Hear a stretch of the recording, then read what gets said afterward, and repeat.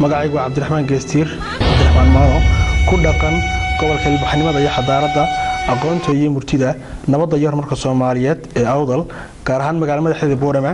waxa idin wadaagayaa maanso aan ugu magac daray Nugayl kulay maansada Nugayl wax un bay iftiimi doontaa waxyaabaha iftiimi doonta waxa kamid ah waxyaabaha inta badan ama dhaqamo cusub ama caadooyin cusub oo inta dambe aynu ku dhaqanno hablaheena iyo haweenkina Soomaaliyeedna ciil iyo caraf fara badan ku haya taasoo culeyskeeduna aad u fara badan yahay kulay gabadh baa hadli doonta waa aragti aan aaminsanahay Cabdiraxmaan Hantay haddii laga hadlayna ay yartahay laakiin intaan aaminsanahay ama intaan suugaanyahan arkay in laga hadlayo koobanta waa aragti gabadh hadlaysa oo dareenkeeda gudbinaysa una gudbinaysa hablaheeda dhigeeda waa gabadh mar guursatay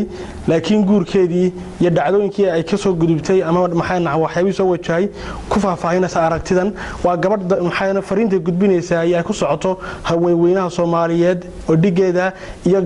guud ahaan ragga Soomaaliyeed intii dareen iyo damqasho la mid ah kulay maansadiidaas ka fasiri doonta maansada gudan galaya warjacaylku waa nolol qiimiya wanaag badan balse waa nasiibo waagi atoostaba labuun baa waraaqaha isweydaarsanaayo waan ku fureys dhaafsada waxaad arkaysaa mararka qaarimka dhacdooyinka Soomaaliya ku soo kordhay laba qof oo xalay iyagoo ogol oo raali ahaanshahooda ku seexday biris waxaan ku soo kacay iyagoo waraaqadiisa siinaya qadarka wax maamula oo waa amuur kale balse xaaladdan wado wax yar un dareemo waliga xasuusnow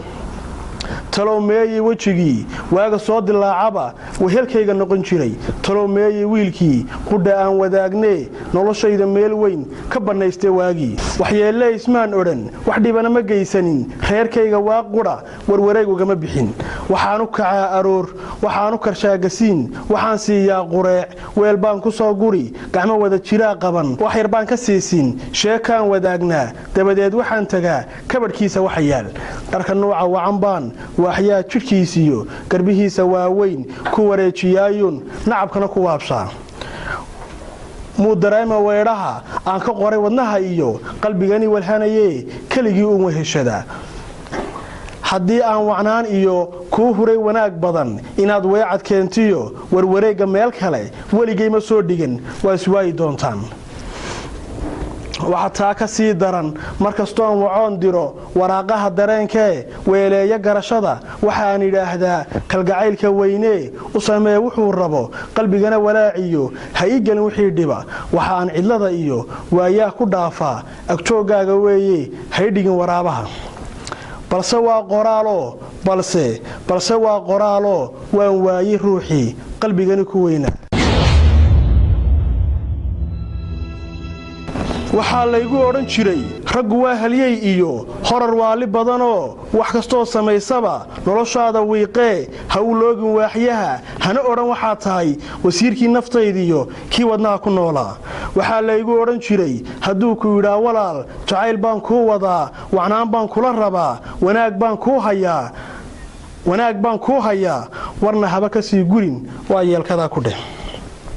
waxaa laygu odhan jiray ragga kaad wadaagtaan xidhiidh waayo soo jira ee aad isweydaan waxba ha u calaacalin waa kii kibreer raba wacad kale inuu galo haddaad aragto gabadhii iyo wiilkii oo muddo soo lahaa xidhiidh ama jacayl isagoo maxay daadihinayay oo hal mar un wiilkii goosto wacad kaleu gale la soco weligaa ha niya jabin hana jiidhin webiyada walwalkiyo xumaante isqabooji waa dane ha u nuglaanin waayaha wixii kaa qalloocdiyo nasiibkaaga waad heli wacadka iyo guurkii la aas-aasay waa hore mar haddii waxyeeliyo weji gabaxla mooye wanaag uunan garanayn waan xidhay jacaylka keligeyna waan jiri waqti kale alla oge gabadhii waa dareem kartaa halka waxa ku jira la soco hadal waxaan ku daayaa waqtigani adkaadee weerarkaygu badiyow warankaaga waan dhigay rabbigana wakiishaday wassalaamu calaykum waraxmatullaahi tacaala wabarakaatu